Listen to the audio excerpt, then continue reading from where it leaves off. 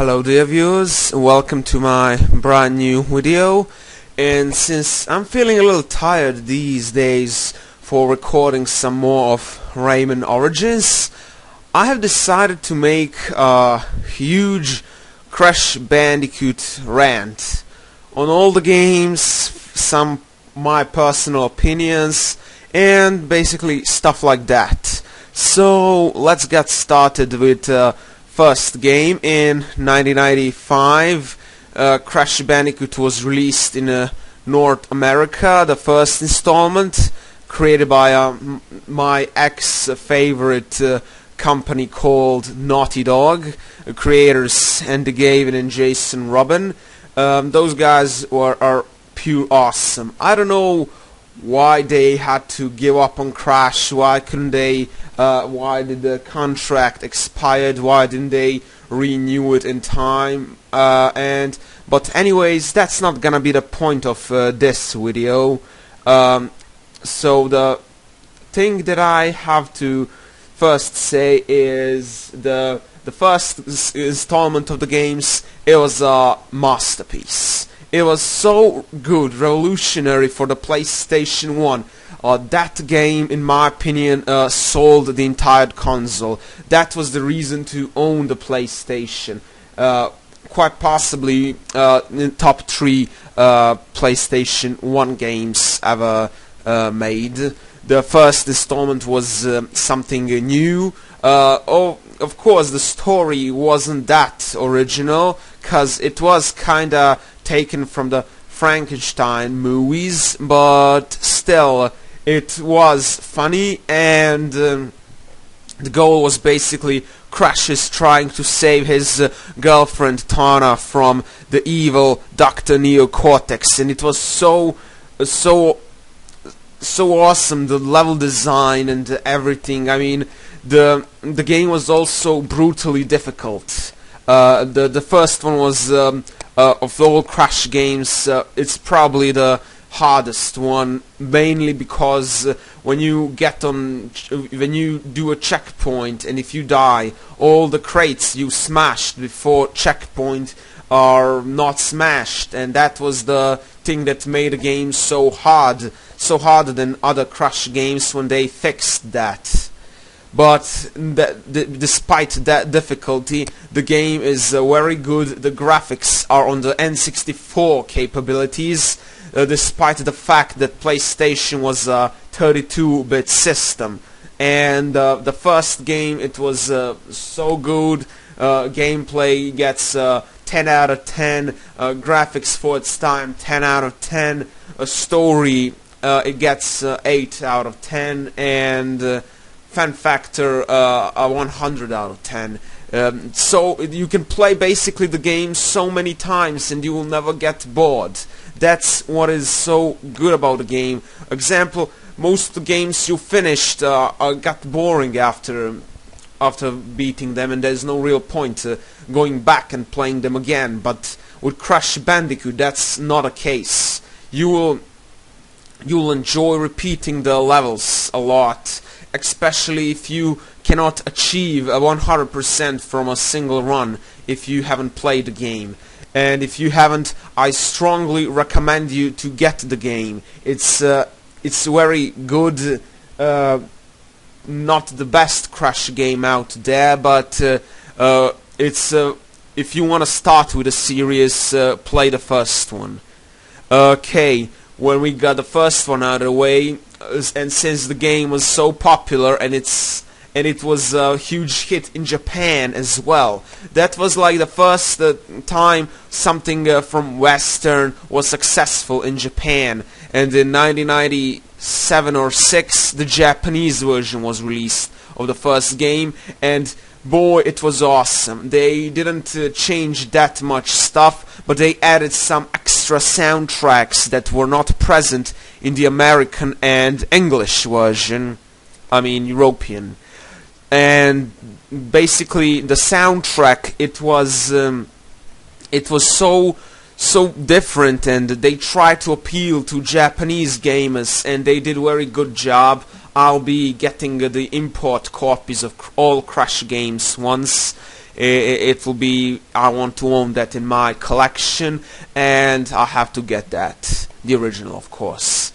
Since the first game was so popular, of course it's gonna get a sequel, Crash Bandicoot 2 Cortex Strikes Back, or called in Japan Crash Bandicoot Cortex no Gaigatsu, which means Crash Bandicoot Cortex is gonna getcha, when you translate it literally from Japanese. It was even better than the first one. They fixed a lot of problems, like when you die and you got the checkpoint, the crates you destroyed before checkpoint was still destroyed, not like in the first game when you had to basically restart the level if you wanted to get the gem.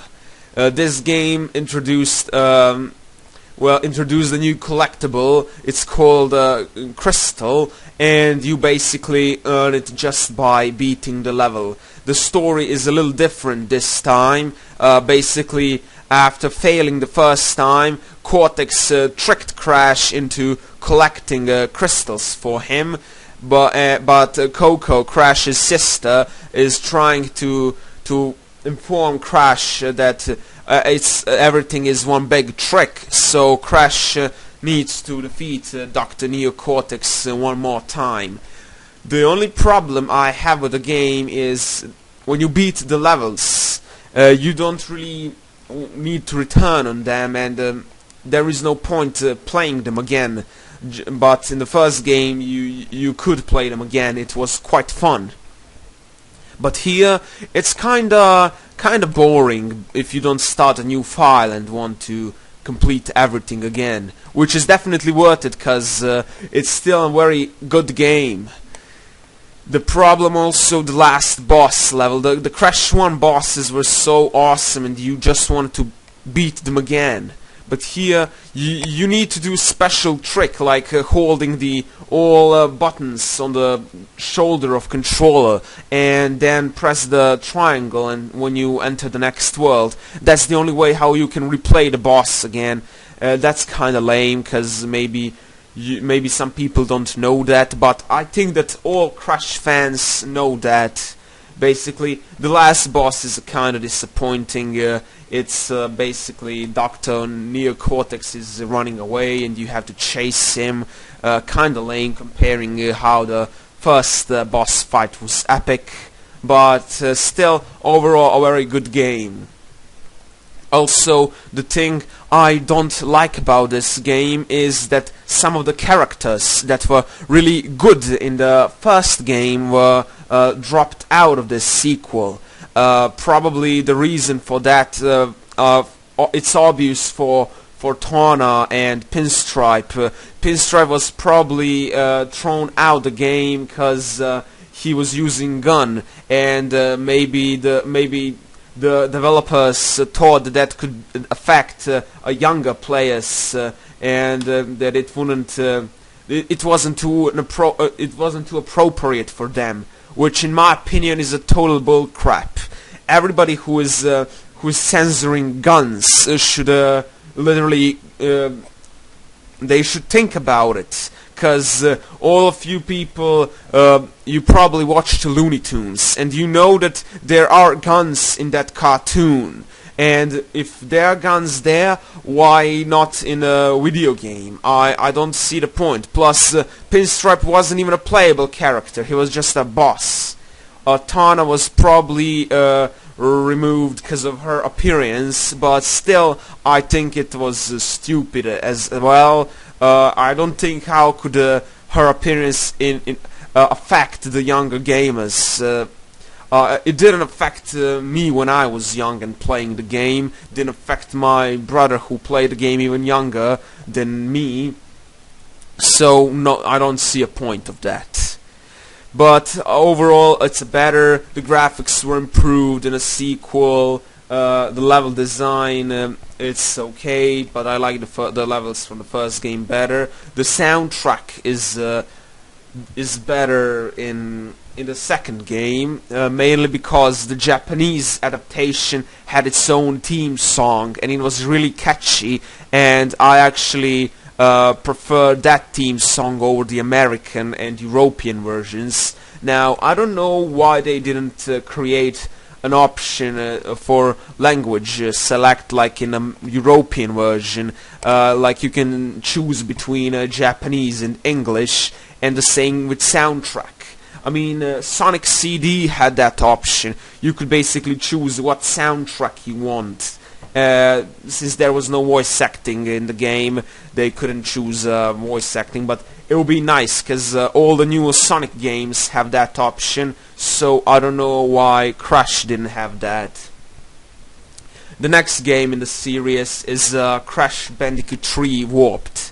Now that game is that's the best Crash game ever made to this day. It's so awesome. That was the #1 reason if you still didn't get a PlayStation after the releases of first two games, you want to play Crash, you will need to get all the 3 games and the PlayStation system. It was definitely worth it.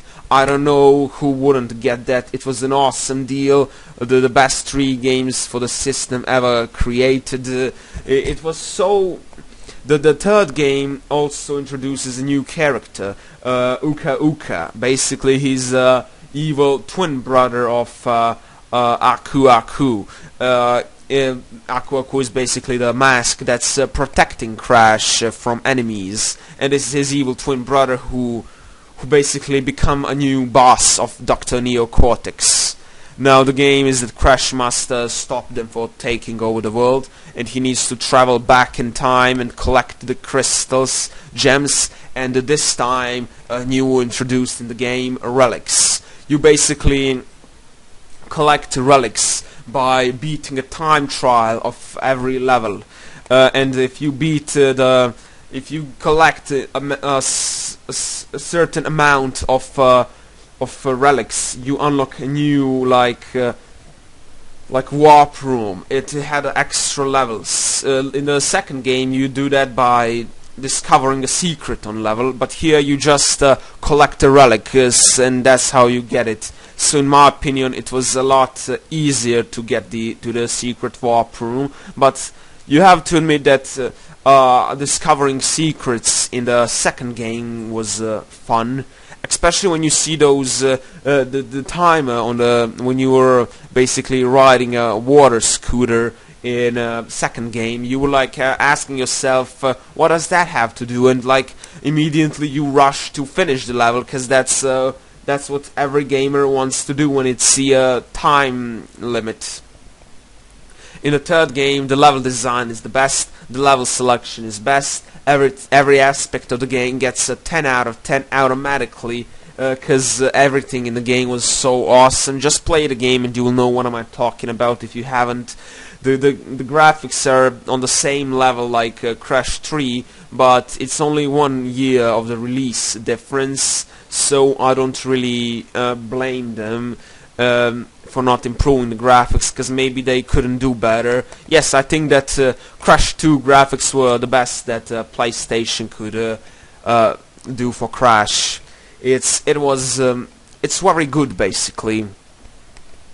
Now the thing I like also is the bosses. The boss battles in the Crash 3 were the best. The last boss battle was epic, even more than a first fight, because it's the ultimate experience. You will never forget playing the game. So that's for the third game. Is the best thing ever happened to Crash. To this day, there is no better Crash game than Crash 3, and there probably never will be the better game. So that's it for Crash 3. You can also like race with your friends for time trials and see who can do better. That's the closest thing Crash got to multiplayer till the next game. But for this, it was the first something that could be enjoyed in 2 players, and that's it. The only thing I didn't like is that Still, the American and the European versions didn't have a selection of language between Japanese and English. The soundtrack selection, well, only the theme song was different in this one, but it would be nice to be able to hear that. And the Japanese version had a jukebox option, so I don't know why that was removed from the American version. Actually, I don't know why they didn't include that, because the American version came first. It was like a bonus for the Japanese version. It was nice. The next game released is Crash Team Racing, known as Crash Bandicoot Racing in Japan. Speaking of the names, the third game was called Crash Bandicoot Butobi no Sekai Issue in Japan, and that was basically the name. I don't know exactly what that means, but you can probably Google it and find it out. The Crash Team Racing was the first spin-off of Crash. It was a racing game, in my opinion, better than Mario Kart for the 64. My opinion. If you don't agree, it's your problem. Now, the character selection is really good. The thing I don't like is how I think that they could maybe support some third-party characters like Spyro, but I don't know why they didn't. Speaking of Spyro, we will be gonna talk about in a separate mega rant about it, and that's basically it about Spyro. Now back to Crash Team Racing. The tracks were awesome. The new villain is introduced in this game, Nitrous Oxide. It's clearly when he got the name off. Now he wants to raise the Crash and others to take over the planet Earth. It's really cliche plot, but it works. The soundtrack, the opening, I actually prefer the American and European opening over the Japanese one. I don't know why, but it just sounds more Crash-like. The theme song from Crash 2 and 3 is not present in the Japanese version of Team Racing. I don't know why. They probably want to change a little bit. And that's basically it. You can. This is the first time you can play as other characters except for Crash. He was playable in all games. Now, after these amazing 4 games, the tragic event happened.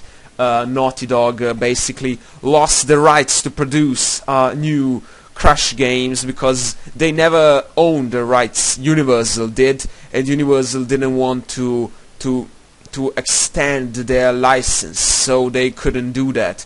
They had to move to something new, and they created a Jak and Daxter series, which was quite awesome, but not good as a Crash series, in my opinion. I don't know, maybe just because of nostalgia. It did have better gameplay and environment, but there's something about a Crash that I like better, probably the nostalgia. Now back to Future of Crash. After this disaster happened, a new team got the rights for Crash. It was Eurocom. Now, Eurocom, it basically impressed me a lot with how they did their job. They created another spin-off of Crash game called Crash Bash and called Crash Bandicoot Carnival in Japan.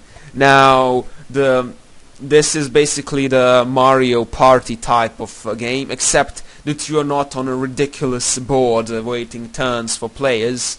You go in a minigame just by selecting it, and it's a 4-player game, a really good one. The friends can easily enjoy it. It's the best experience, better than any Mario Party game that will ever be created. They can create 50 games of Mario Party, and none of them will be better than Crash Bash.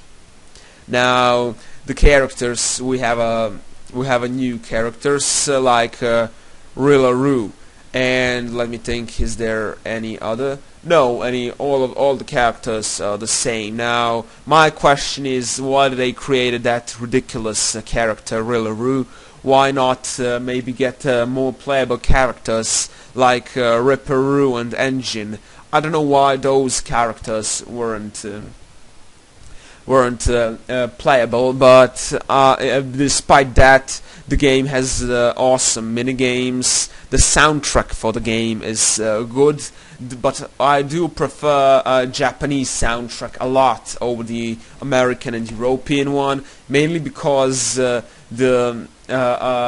Japanese one had the more original soundtracks, like the Nitrous Oxide is a villain in this game as well, although he's not really a main villain, because the story is Uka Uka and Aku Aku are fighting and trying to see who is better, so they summon their players. There are two teams basically, and you can choose any of them, Cortex or Aku or Cortex or Crash. There, of course, Crash is Aku's side,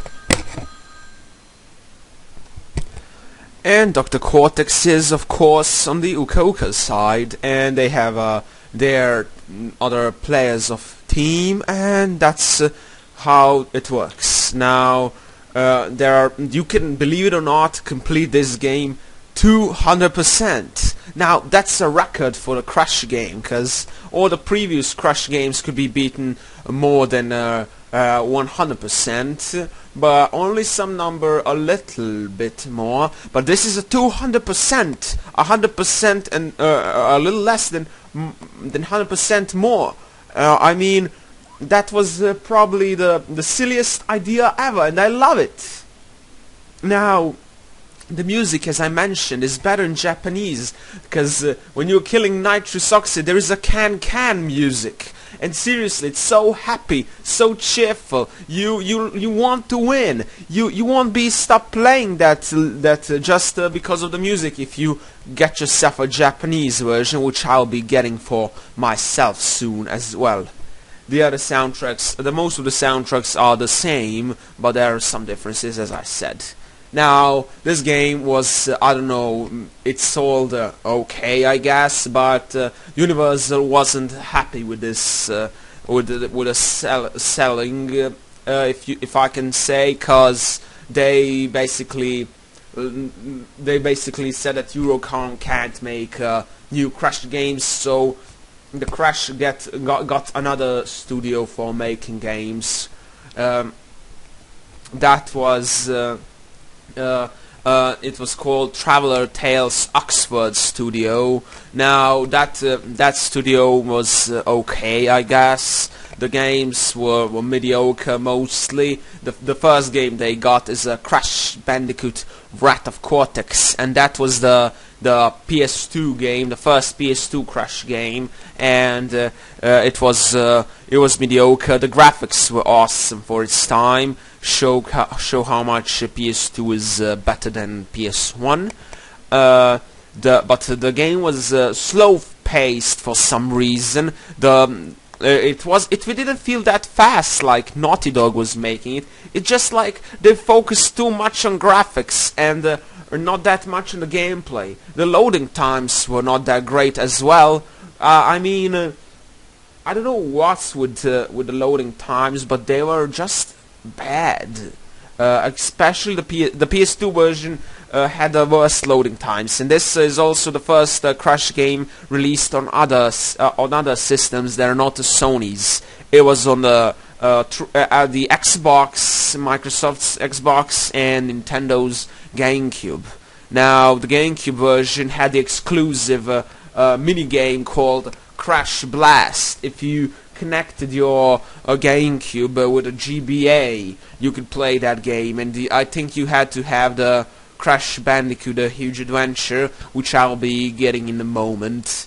Now, one more thing about this, introduces a new character called Crunch, and he's basically Mr. T ripoff, how can I say, because his voice is just like Mr. T. I don't know what's with that and why they decided to use that, but that's not the problem. I found it funny, but the main problem is, why is he the only boss in the game? The other bosses were shown alive at the beginning of the first cutscene of the game, so why is he always the boss? There, of course, the elementals, and Crunch can become each one of them as in the different boss fight. But the problem is, it's not that interesting, and the whole concept of elementals, I don't know, but I don't like it that much. The next thing, let's see, that's basically it. The game also has a cheat code that you get the automatically everything beaten, but that cheat code only works in a GameCube version and maybe Xbox version, not sure. I haven't tried that, but it doesn't work in PS2 version. Now, why on earth would you want a cheat code that you beat everything automatically? And the irony of cheat code is you have to put your name as Wombat, and Wombat was a prototype name for Crash. Crash was originally going to be called Willy Wombat, but since that game was already made for Sega Saturn, they couldn't use that name. All through the game was only released in Japan, they could still use the Willy Wombat in America and Europe, but they just didn't want that for some reason. Same problem like with Star Fox and other stuff. I don't know. The game, they could use the game in America but not in Euro, but I don't care. I'm not here to talk about Star Fox series. But that's basically for Wrath of Cortex. Now, after that, we have to speak something about the handheld Crash games. Yes, the Crash had some really good games on Game Boy Advance. So now we're gonna stop with the main series and analyze some handhelds. Like the first handheld was not the Wrath of Cortex GBA version, that didn't exist. Instead of that, they had its own series. First one was called Crash Bandicoot The Huge Adventure, or Crash Bandicoot Axis in Europe. I'm not sure about Japanese name, but I think it's Crash Advance. Not sure. But basically, this game is awesome. It's most likely similar to Crash 2 because it has levels like that, the types of levels. And but on the opening, there was some scene from Crash 3, like when Cortex is obeying Uka Uka. Now, so this game is a mix between those two versions, and it even has a secret boss called Mega Mix, which is a mix of all the Crash bosses that you fought in the game already. Now, this game is okay. It has a classic soundtrack of the Crash 2 and Crash 3. But more of a Crash 2, yeah, I would call that. Now the next, it was developed by Vicarious Visions. Believe it or not, that company still owns the Crash rights to this day. But they can only develop games for Nintendo systems. I believe only handhelds. They only developed one game for the main Nintendo system. Now the second game I want to talk about is Crash Bandicoot 2 Entranced. This game was called in Japan Crash Bandicoot Advanced 2, I believe. Not sure. I'm not sure quite, but I think this game is most likely. It uses most of elements from Crash 3, actually, because it has the Egyptian and Arabian levels. Now, this game introduces a new character, Entranced. He's basically a minion of Entropy that we first saw in Crash 3. He was a boss there, and in this game, both of them are bosses. The music was okay. All the Crash good characters supporting turns evil in this game, so some of them are the bosses. Now, Fake Crash is a boss in this game. He was only a cameo in other games and a playable character in Crash Bandicoot Carnival, Crash Bash Japanese version. He was not playable in story mode there, and he was not playable in a European or American version at all. But in this game he is a boss, basically. You can play as him in the Crash entrance as well. Now that's the cover for this. Now there is one more game of the GBA series, but I'll be getting in that later. Now on the one game called Crash Nitro Kart. That game was basically a sequel to Crash Team Racing. Naughty Dog even participated in this game, and it was helping. Vicarious Visions made the game, all the versions, including for the home consoles. The game was on the PS2, Xbox and GameCube, and the GBA. The GBA version even had Spyro, the dragon, in it. I don't know why the main console version couldn't play with Spyro, but I think that would be awesome, a third-party character.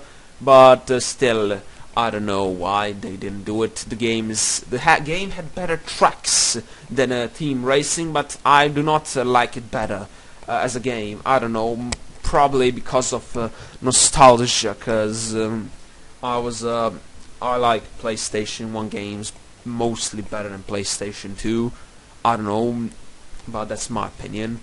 The next game was made by... It was basically made by Traveler Tales again, and it was Crash Twinsanity, aka the most overrated Crash game ever.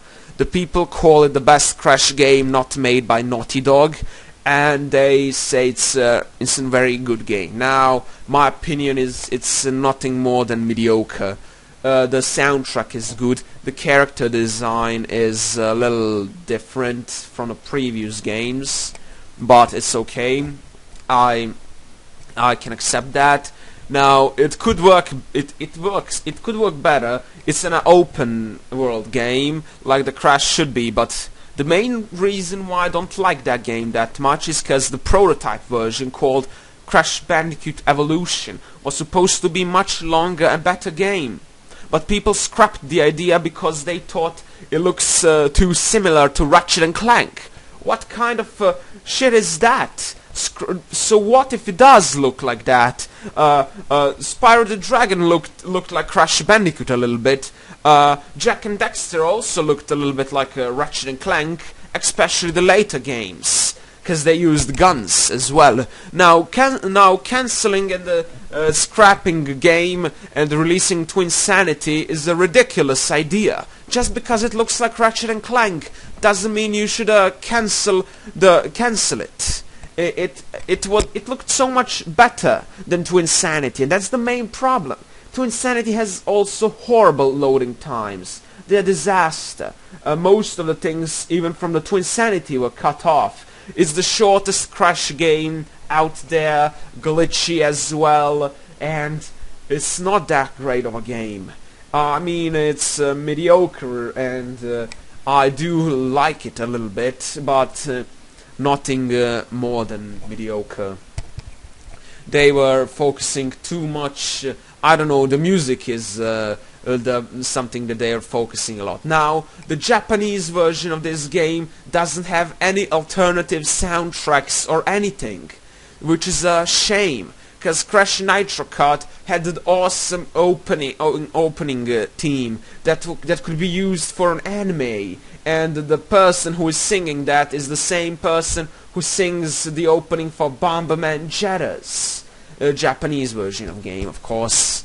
But that's not a point. Twinsanity, they could put a lot more effort in the game. Now, Traveler Tales, I don't know how could they do this. The Wrath of Cortex was so much better than Twinsanity. It was more like classics, and I liked it better. This game rushed. It shouldn't be released in 2004. They should polish the game better and release it in 2005. Now that's okay. Not that much of a bad game, but overrated as hell. I don't know what fans of Crash see so good in this game. I fail to see. I beat the game 2 times, and I still don't get it. Except for the jokes and the soundtrack, there's nothing that good about the game. Mediocre. Now, after this game, Traveler Tales had plans for a game called Cortex Chaos and Crash Clash Racing. Now, Cortex Chaos got cancelled because Oxford Studios shut down. Traveler Tales still exists, but without Oxford Studio, and they're now making only Lego games. Shame on them. Lego games, I mean, they should stop making them. Lego Star Wars is the only, there are only Lego games I really like. The other were just okay, but nothing special. And now the Crash Clash Racing basically was moved to another developing team called Radical Entertainment, and they changed the title to Crash Tag Team Racing. Now, I can understand why they changed title, because you can like go tag team, 2 players, they can fuse cars. It's a half racing, half platforming game.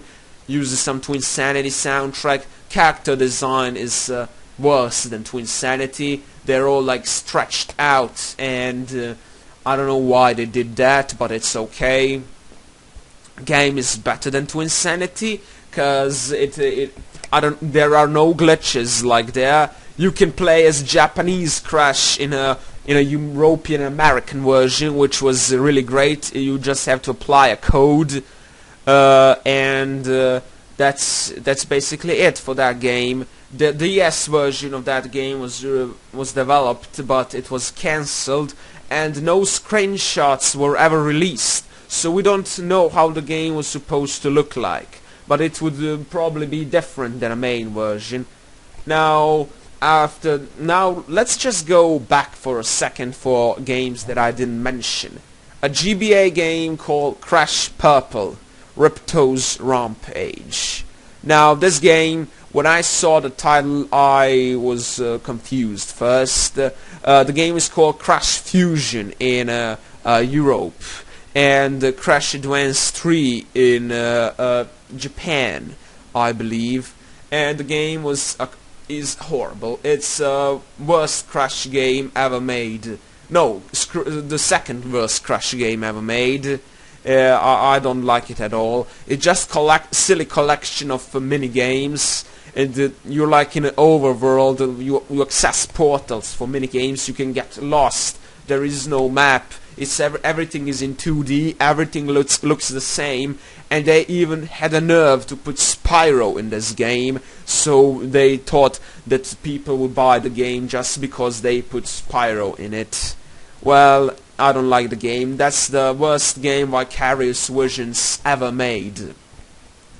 I don't know why they chose that. They also made Spyro Orange, and that game sucks as well. Uses the same concept, but you play as Spyro, and Crash is a character in the game, but he doesn't do anything. You can't play as Crash, basically. He's just there to be there.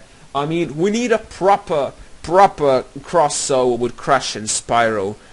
This is a horrible idea like they did. We need a proper crossover that can be like 2 players, and they can like do all sorts of tricks, combine attacks. Now that would be awesome, but this is ridiculous. There needs to be a main game that will be crossover with Crash and Spyro on home consoles in 3D.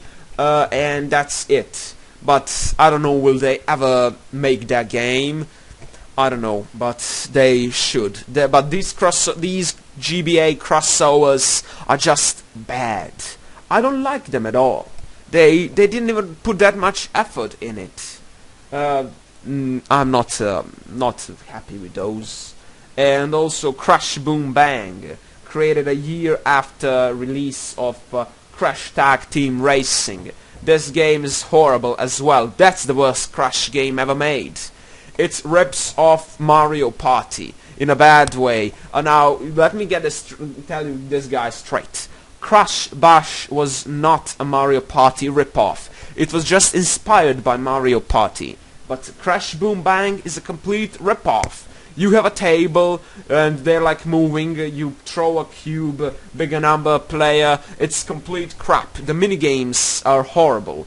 They try to use some motion controls, but it doesn't really work that great. And the villain in the game is horrible. I do not like the villain of the game at all. I don't even... You guys... I'm not kidding you, I don't even know his name. I seriously... don't know the name of the main villain. It's just horrible. It's some purple guy. I don't know even what animal is he. Still, lame game. I don't like it. I just play the game and it sucks. The Japanese version doesn't use any alternative songs, which is even less reason to get it for the people that like collecting like Crash games. I'm probably not gonna get the Japanese import of that one, because I will be only getting from the main series and maybe the good Game Boy Advance games, but not this one. Now, after this catastrophe, the team who made the game never made any Crash game again. I don't even know, I think it's Dimps. Yeah, they were doing. There was a third game, a party game released in 2007, called Intuition Crash Bandicoot. That was a sequel to Boom Bang, called Chuckin' Crash Bandicoot in Japan, but it was never released in US or any part of Europe. And I don't know how is that game. I only saw screenshots, never saw the actual gameplay. It was only available for the specific cell phone, a cell phone only released in Japan. So I'm probably not gonna be able ever to play that game. But I don't really care. I'm done with those party Crash spin-offs unless they don't make it like Crash Bash. If they make it like that, then I'm buying the game. Now that's it for all these. Now Radical Entertainment is in 2007. Meanwhile, finished developing a next Crash game. It's the first next-gen Crash game. It's available on the 360 and some consoles from the before, like PS2 and the Nintendo Wii. The 360 version is best in my opinion, because the graphics of Crash of the Titans in 360 versions were simply amazing. There are achievements in the game as well. Well, of course, every 360 game has an achievements, and they're all fun to achieve, and I got all the achievements in the game. Now, there are some things I don't like about the game. The game introduced a new style of gameplay. It's more of combat than a platforming, and that's what I don't like. Now, jacking Titans was not that great of idea, but they can be fun sometimes, but can get a little boring. So when you beat the game on hard, then you unlock a special move to kill every enemy with one hit. So playing the game with that is better, because you play only as Crash. Now I don't see why they just did that. Like you need to beat the game first and then play it again. Well, that's basically probably if you didn't complete the game 100%, and if you keep dying on hard on some segments and can't do something. When you beat the game, you can basically jack any Titan with one kick, and that helps a lot. That's actually how I completed the game 100%.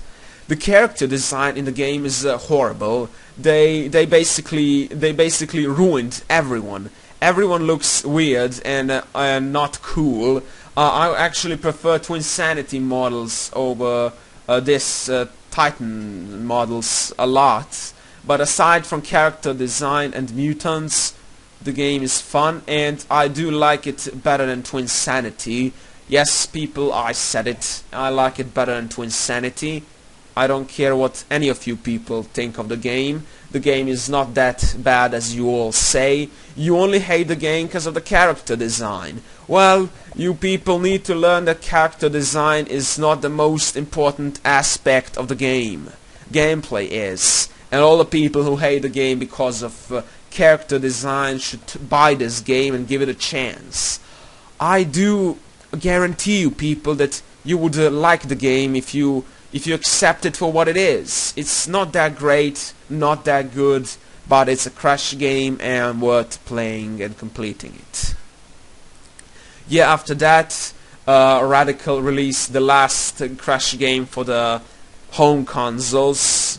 It's Crash Mind of a Mutant, a sequel to Crash of the Titans. Now, this game is not that great like Titans.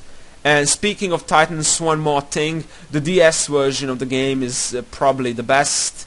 It just has better level design, better mutants. Dingo Doll is even in DS version as well. A Game Boy Advance version is also nice. It's better than the PSP version. Our PSP version is the worst one of all. The loading times are slow, the glitches are there, and I don't like the PSP version. Now, the Mind of a Mutant DS version of Mind of a Mutant is horrible. It's so crap. It's like 2D, and I was expecting it to be something like similar to Mario, but like with spinning attacks and stuff. You can do spinning attack, but that's not enough to kill a goddamn mutant. You need to do combos. Now, jumping mechanics are horrible in DS version. PSP version is even more crap than DS version, cause there is a glitch that prevents you for continuing the game.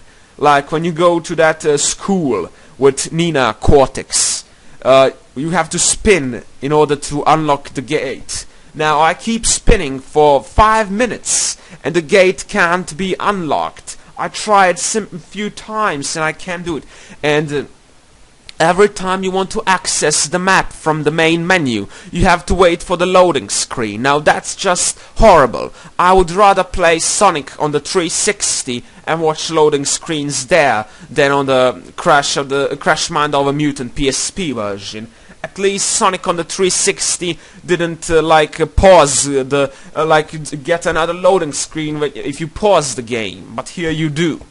The 360 version of the game is the best one, and you also have the achievements, the good graphics. Coco is playable in 360 version, and she's not in PS2 version. It's Kaboom Crash, like in a Crash of the Titans. This game is not that good. They tried to do it like Twinsanity open world, but they made it boring.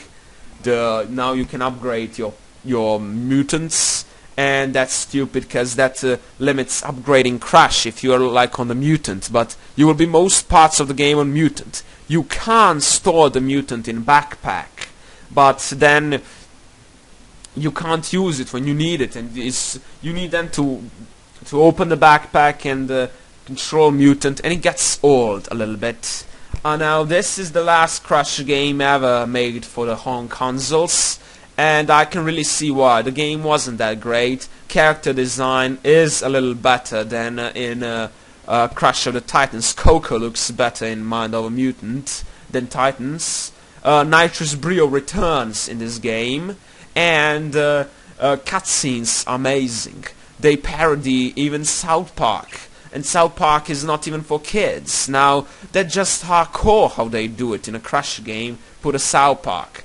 If some kid is playing Mind of a Mutant, it probably won't even know what it is.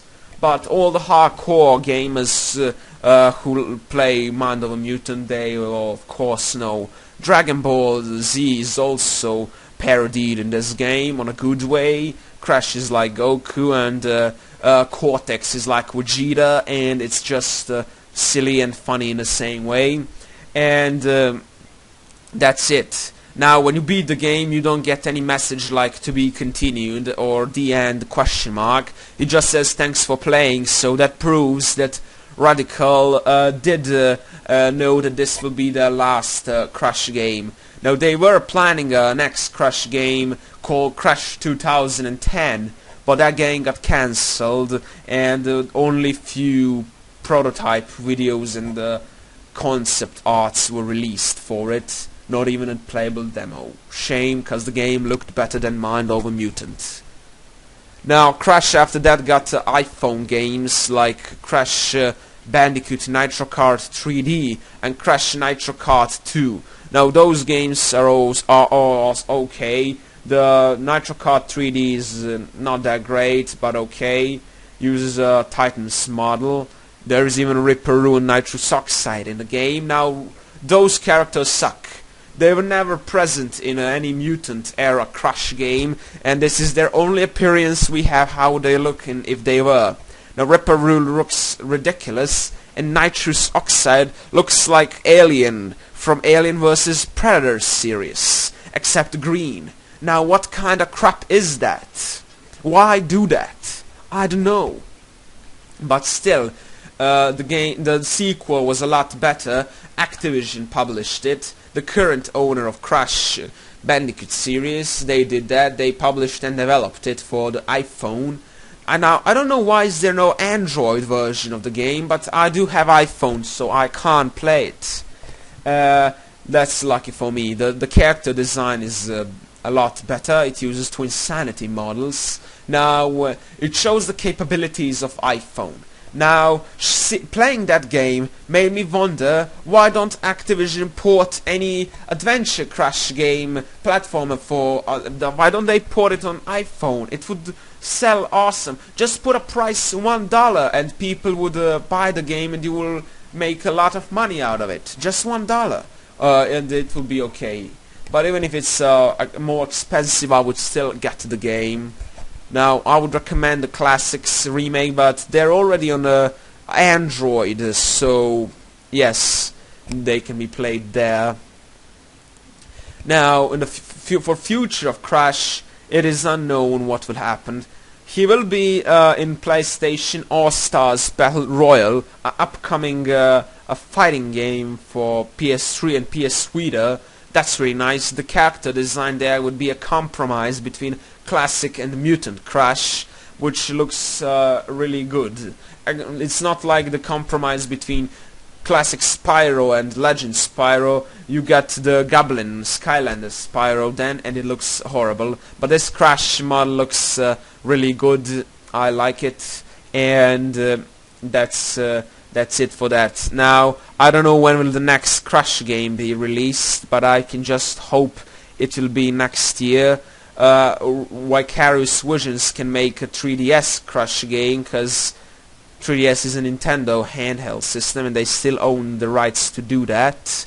And I hope they do, because remaking classics on 3DS is something that showed really good doing on when they ported all those Nintendo classics from N64 to 3DS, it proved to sell great. Now, porting Crash on 3DS would be awesome as well.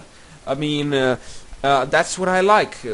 But still, we need a new game for main consoles. I don't know who's. I don't know. Does Crash even has a developer for that? No, I don't think so, because Radical Entertainment is now dead, officially dead. Sales of Prototype 2, their newest game, were horrible, and now they can't make any new games. They don't exist as a company now, which is a darn shame, because they could maybe finish Crash 2010, which looked neat, in my opinion. Crash Team Racing 2010 was also cancelled. I don't know why. Probably because lack of money, because High Impact Game was developing it, and we all know how bad are they at doing that. They created a very mediocre Ratchet and Clank and Jack and Dexter game, and that's not very good for me. Now, I hope you enjoy this huge, giant Crash Bandicoot rant. Spyro rant will be uploaded as well, but for Crash, I can just say that I hope he gets a new game soon. He deserves one. He shouldn't die. Now, Chrome Studios is recently came back at making games.